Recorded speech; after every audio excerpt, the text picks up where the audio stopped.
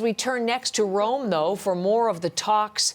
They're not just going on between Ukraine and Russia. U.S. National Security Advisor Jake Sullivan is in Rome today discussing the war in Ukraine with his contemporary and his top diplomat from Beijing, Yang Shishur. The U.S. has sounded the alarm about China because it says Russia has asked Beijing for both economic and military support. We're hearing again today from China dismissing those accusations as disinformation. But let's bring in Magda Gabrisalasy from our bureau in Washington with more on the U.S. concerns about Beijing's involvement. Magda, good morning. Good morning.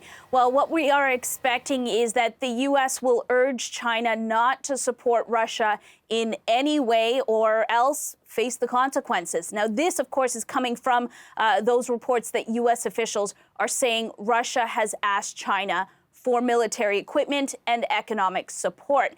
Now, until now, China has stayed somewhat neutral, not condemning Russia's attack, but also calling for negotiations. But we know that in recent months, the relationship between China and Russia has strengthened. Now, they both have a common interest in pushing back on U.S. influence. So that's what's playing out in the background as the White House National Security Advisor Jake Sullivan meets with his Chinese counterpart, Yang Shishur. Now, Sullivan was on CNN yesterday. He said there have been ongoing talks with Beijing and that this is the message the U.S. is sending. We're communicating directly, privately to Beijing that there will absolutely be consequences for large-scale sanctions, evasion efforts, or support to Russia to backfill them. We will not allow that to go forward and allow there to be a lifeline to Russia from these economic sanctions from any country anywhere in the world. Now, as for consequences, striking at trade would likely be the likely option here. The U.S. imports about hundreds of billions of dollars in goods from China, so there is a lot on the line. Now, Beijing is pushing back, saying the U.S. is spreading disinformation with these claims that Russia is making these requests. And we know that a spokesperson for China's embassy here in Washington said he never heard of any such requests being made by Russia.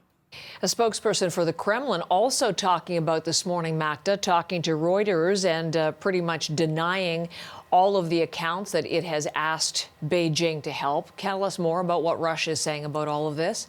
Yeah, so that denial just coming in recently. But it's interesting because prior to that, we were hearing that Moscow did seem to be relying on some possible help from China. And what I'm referring to here is that Russia's finance minister was saying that they have gold and foreign exchange reserves in Chinese currency. And he seemed confident that China wouldn't block access to those reserves. But when it comes to this military equipment and economic support, we're now hearing from the Kremlin that Russia did not ask China for support.